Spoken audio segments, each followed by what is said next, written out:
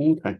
If you remember where we left off on Tuesday, we were looking at kind of the model of relapse from a cognitive behavioral approach. And we noted that effective or ways to decrease the probability of relapse is having effect. If you remember where we left off on Tuesday, we were looking at kind of the model of relapse from a cognitive behavior. No, that wasn't silent. All right.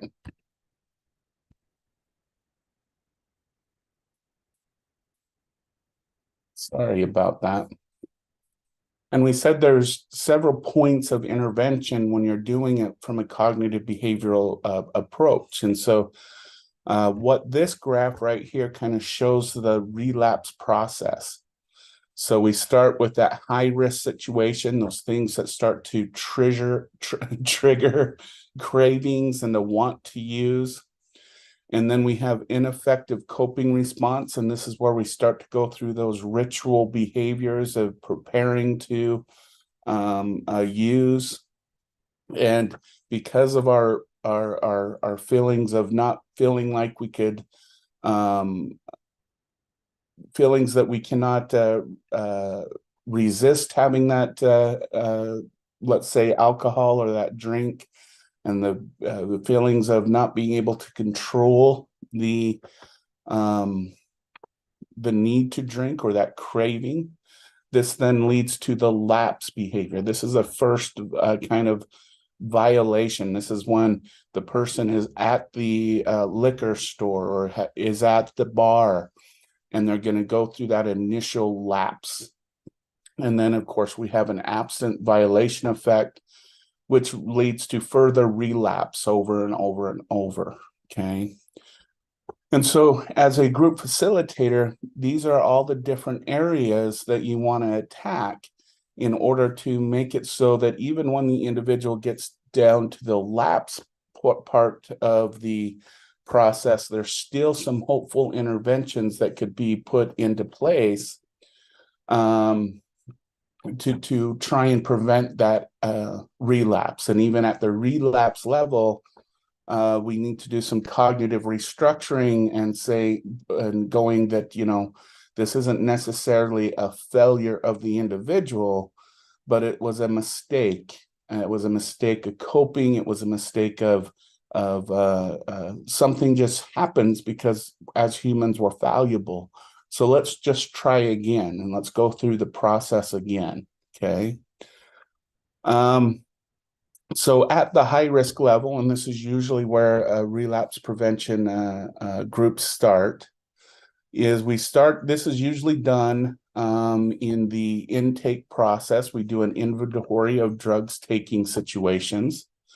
So we really go through using sometimes standardized questionnaires or something like that is done on a very confidential level, where you really get a picture of what the use is that the person is going through. So this component usually starts pre-group. So this is something that you and the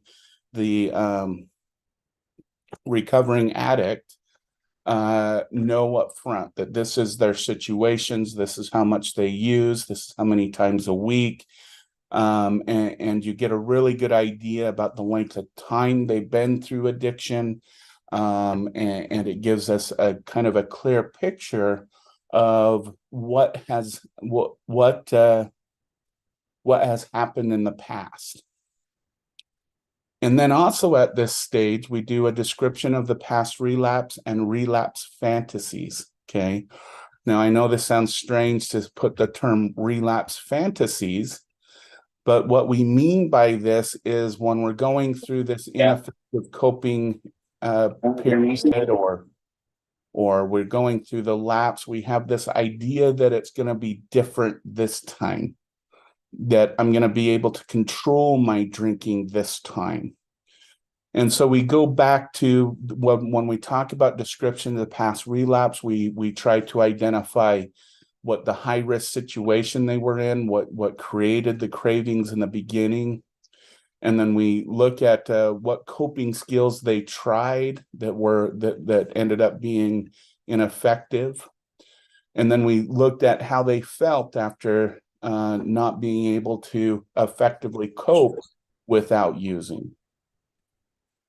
So, and then of course we go through the lapse process. What was the ritual? What was the way they went about it? Okay. Because what we want to kind of get from these two kind of assessments is when does the individual have cravings? What time of the day? What days of the week? How much? What is the ritual behavior of going through and using? And so we can start to put in better coping strategies and more individualized strategies.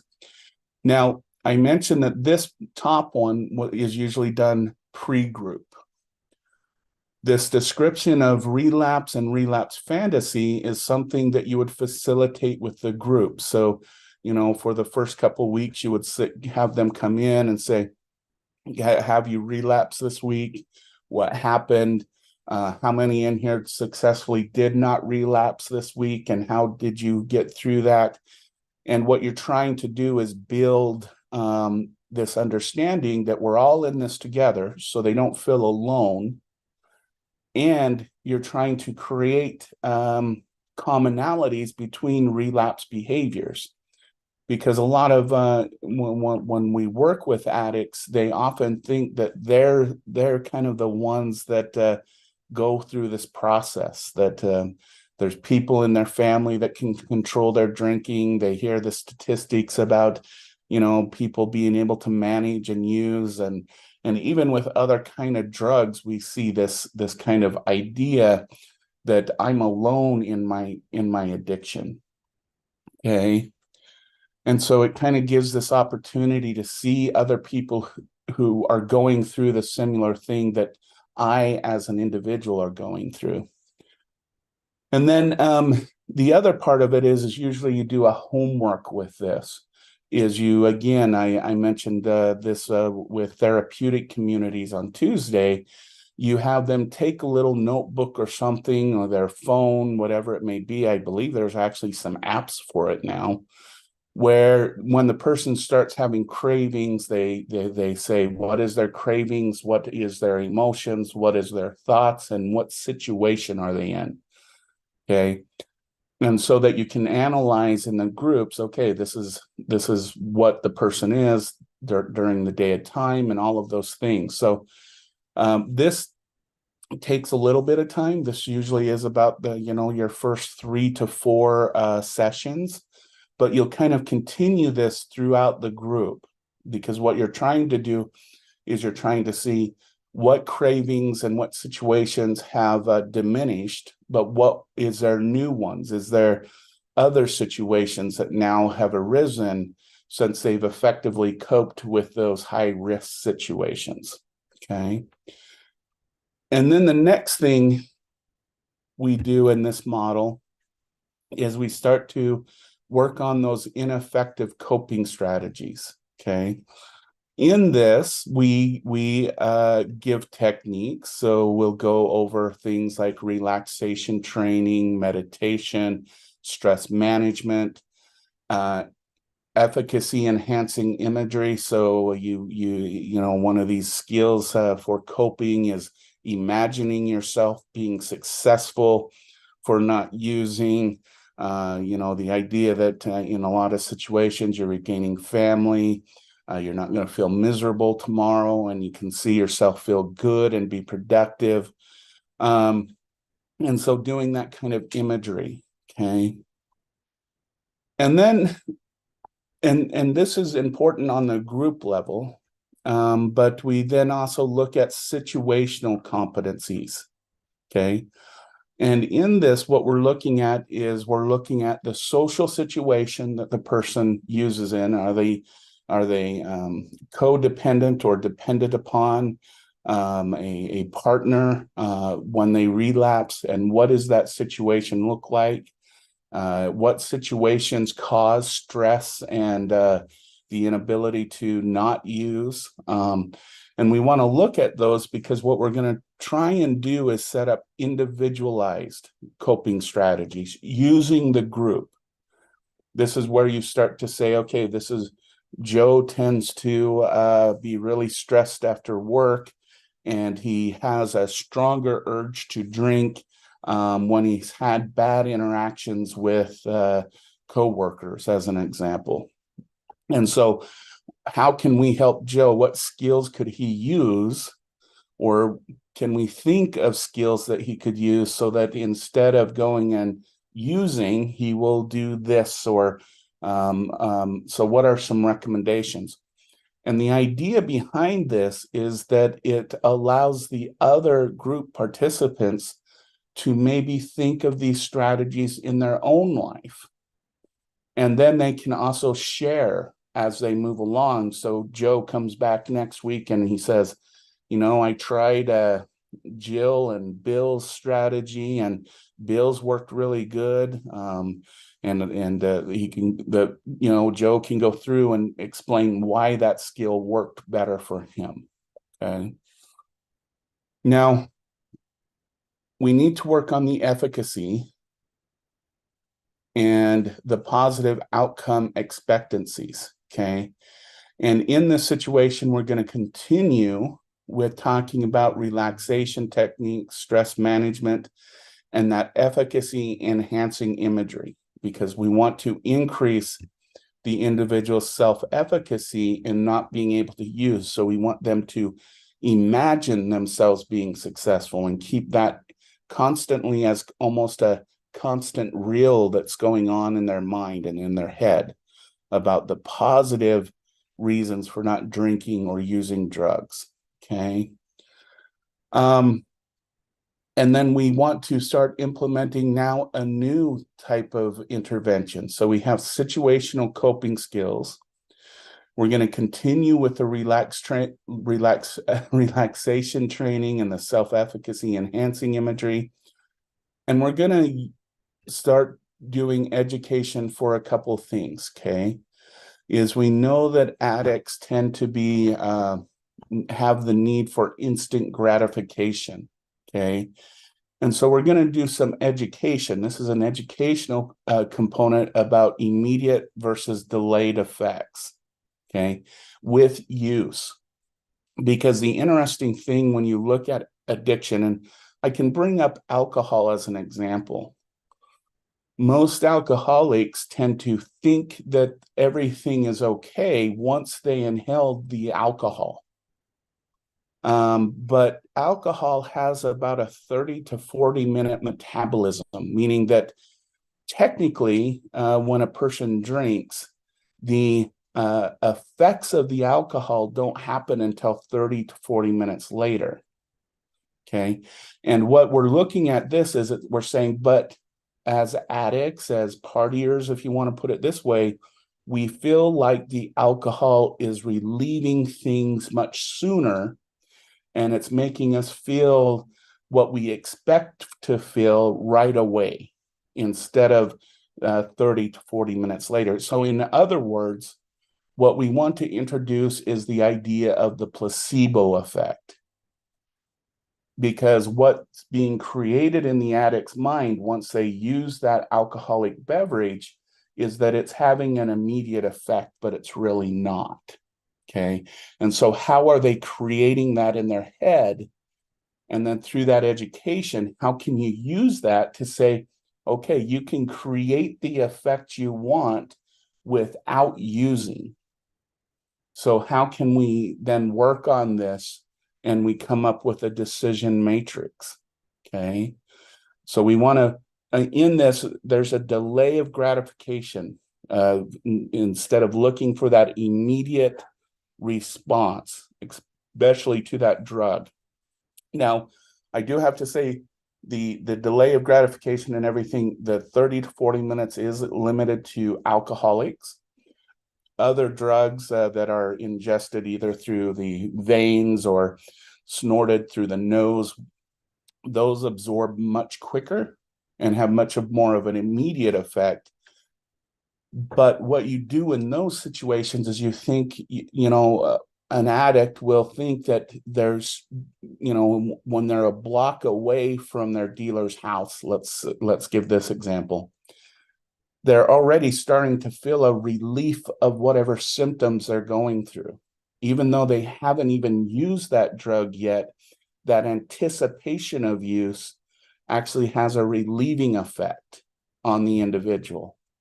So then that's when you use that as that immediate versus delay effects, is saying, okay, you create this, you make it so that your mind will do what you expect that drug to do, all on your own.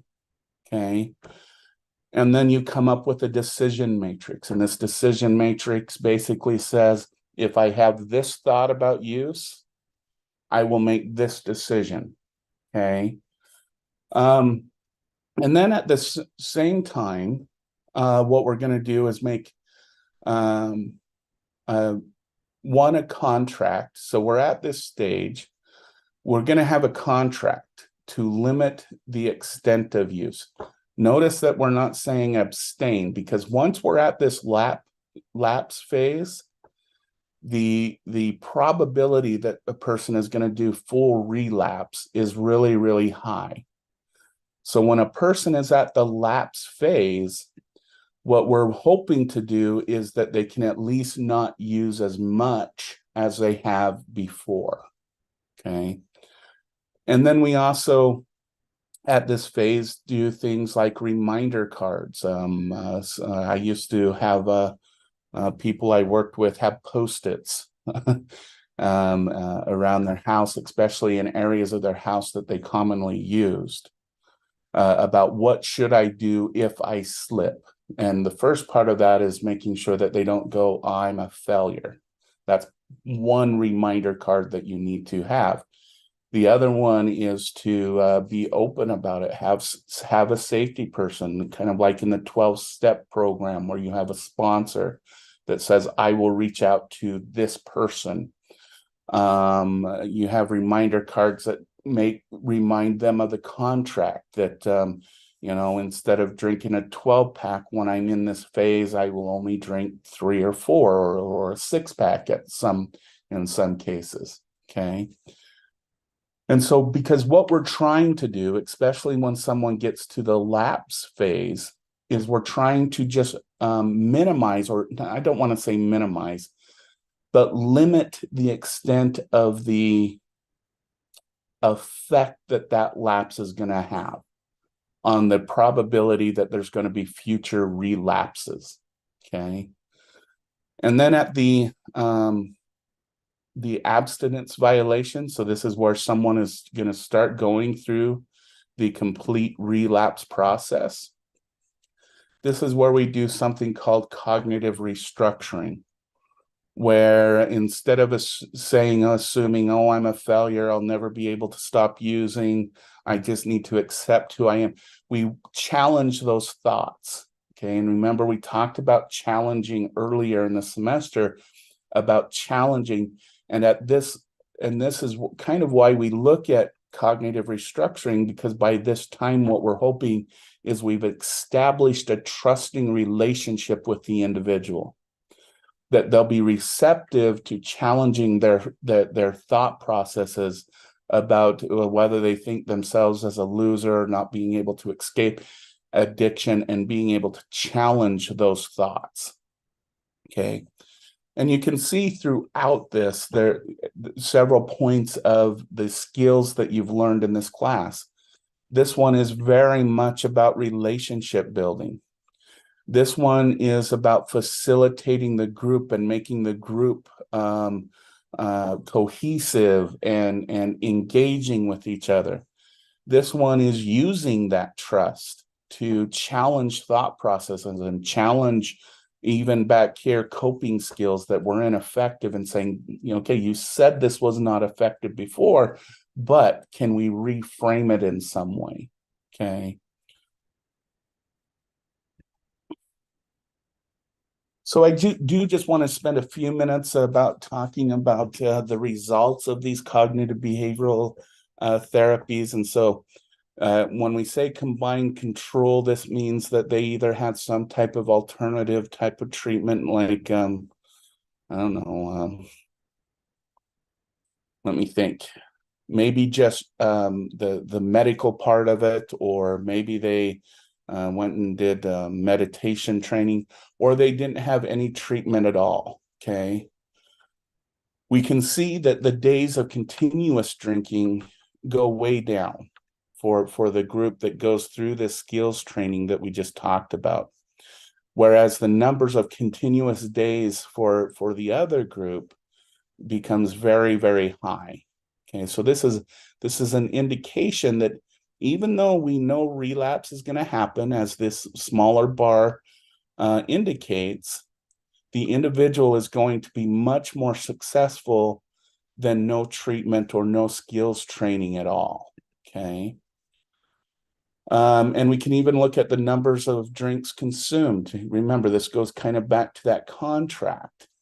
We can see that within a period of time, we see that the amount of drink combined with alternative types of treatment or no treatment at all are significantly different. We have a mean of 400 about right here and a mean of 1600, almost 4 times the amount of alcohol that's consumed just from trying to abstain on one's own, alternative types of methods and whatnot. And we also see that if we're effective in this, the numbers of days a person stays drunk greatly reduces. So in this one, we're under 20, 11.1 compared to 64 days in the control group. Okay. And again, so this is something we want to look at is controlled drinking. So individuals that don't want to completely abstain, but are not going to do it to an excess like they were before. And we can see that again, the skills training does a lot better than the control group as far as number of controlled drinkings versus numbers of not, I guess I would say. Okay, and this is just another example of again, you'll notice that there's still relapses. This is months after treatment, 3, 6, 9, 12. And in fact, as treatment goes distance, we'll see a increase in relapses. But as we can see, compared to the control, that while it goes down, the relapse training does a lot better. And this is an example of, again, aversion versus control. So these are different types of treatment. So I mentioned aversion treatment. This is when you go through comparing, drinking or drug use, and then you have something nauseous. So there's some medications that will make you nauseous when you get near, for example, for alcohol or something like this. And we can see that aversion really doesn't do much over time. In fact, we see a significant increase compared to a control. Okay. And again, when we look at relapse prevention, this is that graph that we showed before. The point of this graph, and the reason why I wanted to go through this data is, will we be able to help everyone through the group process? No. That's unrealistic. Will we have individuals who do really successful go through relapse and all of that? The answer is probably yes. But what I want you to see is when we effectively do a good group, when we do all the skills that we've learned through the semester, and then you go on and you learn specific methods of cognitive behavioral therapy and those kinds of things. And then remember what I said, making sure it can be applied to your cultural context, right? We can have an effective change in people's addictive behaviors. Okay.